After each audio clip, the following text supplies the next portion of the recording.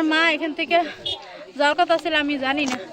আমার নন্দের জামে যে কইতেছে, ভাবি আপনার মার মতন সেম মাউইর মতন একটা মহিলা এনে করে দিচ্ছে, আমি ছবি তুলতে পারতেছি না, আর আমার মোবাইলে ইয়ে নাই, আপনার মেসেজ করে পাঠাতে পারতেছি না, আপনার ইয়ে তাকতে চাইয়া যান, আপনার মাকে আপনার কাছে যাওয়ার কথা ছিলাম। হ্যাঁ, তো কয় এনে তো গাড়ি অ্যাক্সিডেন্ট করছে, গাড়ি অ্যাক্সিডেন্ট করছে কোনে আপা, আমি দৌড়ে আইছি, আইয়া সেরা দেখি আমার মার দুধের ডিব্বা, আমার মা এনে পড়ে রাখছে, আমার মা।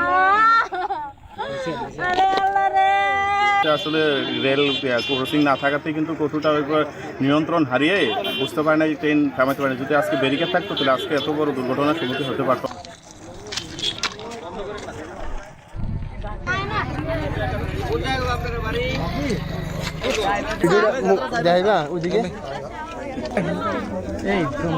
গ্রামভিত্তিক রেল স্টেশনের যে প্রত্যেকটা রাস্তা যে পারাপারের যে অবস্থাটা, শুধু এইটা না, অনেকগুলো আছে যেটা আমাদের কোনো রাস্তা মানুষ আইতেছে যাইতেছে কিন্তু কোনো সুশৃঙ্খল কেউ নাই, এরকম দায়িত্ব নেওয়ার মতো এলাকা ভিত্তিক সবাই আছে কিন্তু বলার সময়, কিন্তু কাজের বেলা কেউ নাই। রোডের ভিতরে আপনার কোনো রেল কোর্স নাই, রেল কোর্সের কারণে এগুলো দুর্ঘটনা হয়। কি আরো অনেক আগে হয়েছে, এখনো হয়েছে।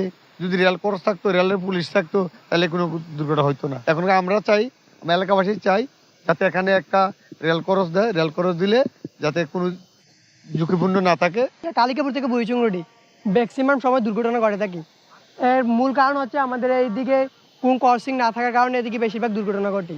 রেল কর্তৃপক্ষ এবং এলজিডি তারা এর দিকে কোনো গুরুত্ব দিতেছে না, যার কারণে আজকে প্রায় 5 থেকে 6টা প্রাণ এখানে জ্বরে গেছে। এই জন্য আমাদের সবচেয়ে একটা দাবি রইল, এদিকে যত সম্ভব দ্রুত এদিকে রেল ক্রসিংয়ের ব্যবস্থা করে দেওয়ার জন্য, যাতে আমরা যারা শিক্ষার্থী আছে এবং সাধারণ মানুষ যাতে সুন্দরভাবে যাতায়াত করতে পারে এবং দুর্ঘটনা এড়িয়ে তার যাতে সুন্দরভাবে জীবনযাপন করতে পারে, যাতায়াতের ব্যবস্থা যাতে। অটো পার হচ্ছিল, এখানে গেট নেই, এটা একটা অবৈধ রাস্তা, এখানে রেল কর্তৃপক্ষ এখানে কোনো গেটের অনুমোদন দেয়নি।